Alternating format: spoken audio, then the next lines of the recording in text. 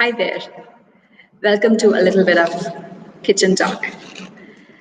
Thanks to the Hindu Sunday supplement last week for a very brief write up on Desi Delicacies, Food Writing from Muslim South Asia, edited by Claire Chambers. This really made me want to buy um, a book which is a conglomeration of, I should say, recipes, stories, and essays on South Asian delicacies, especially from a Muslim background.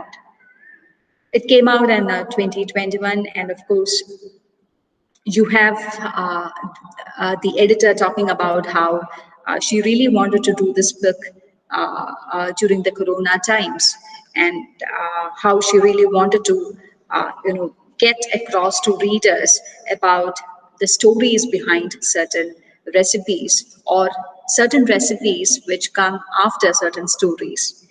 So you would find essays and short story writers bringing out stories and essays connected with cooking, I mean, including people like Kabish Khair, Annie Zaidi, and Sadaf Hussain. So the part one comprises of essays on cooking.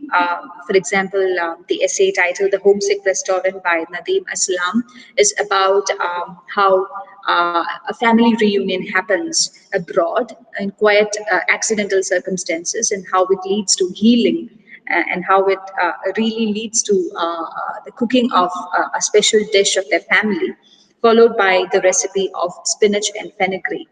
There is another essay titled Chewing on Secrets by Ani Zaidi, which is followed by the recipe of Malida.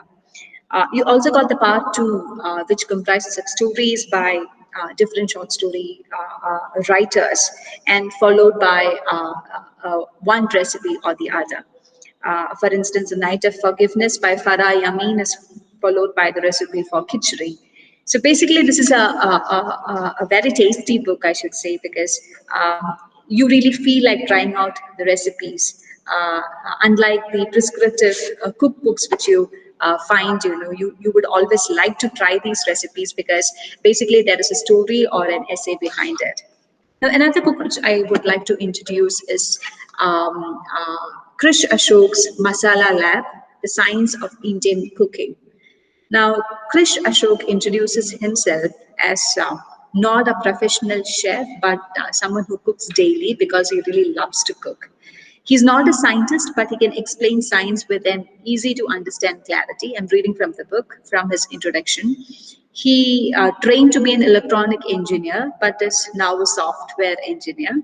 He learned to cook from the women in his family who can make the perfectly fluffy idli without lecturing people on lactobacilli and pH levels.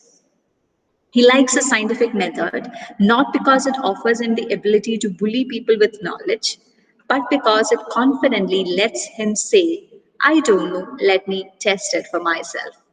When he's not cooking, he is usually playing subversive music on the violin or the cello. Now, this is something which is quite true because, myself coming from a non science background, I could easily understand what the basic physics of cooking is, the basic chemistry of cooking is, the heat sources, the science behind cooking vegetables and how it differs from the science of meat, and science behind the cooking of meat. And again, what is an acid? That is a section which describes what acid is. And then the science of yogurt, science of citrus juices, science of vinegar. Don't be afraid. This is not a scientific text at all. This is something which is personal and at the same time scientific, and at the same time it really helps certain things which you really don't care to know about even when you are inside the kitchen. For example, what is the reaction behind the browning of the onions? What is it called? So there are certain things which will surprise you. Like. And you will definitely be looking forward to how, why questions, which Krish answers very well. For instance, I'll just read from page number 77 where he talks about chilies. If you want the flavor of chilies, use them whole. If you only want heat, use the powder. If you're sensitive to heat, a common misconception is that it is the seeds that contribute all the heat. They don't.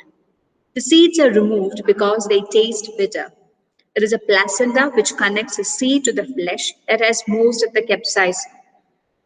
So, removing that will reduce the heat levels in your chilies. It's interesting to note that this misconception is yet another in the long list of wrong explanations with the right outcomes that plague Indian home cooking. When you remove the seeds from a chili, there is a good chance that you're likely using a knife to slice them away. The act of doing that will, in most cases, also slice away the whitish placenta to which the seeds are connected.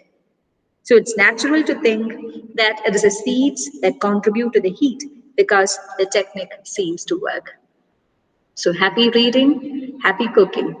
Let me end with a note that cooking is something which I guess we should all engage in almost every day, I would say, daily, I would say, irrespective of your class, caste, creed, or gender. Thank you.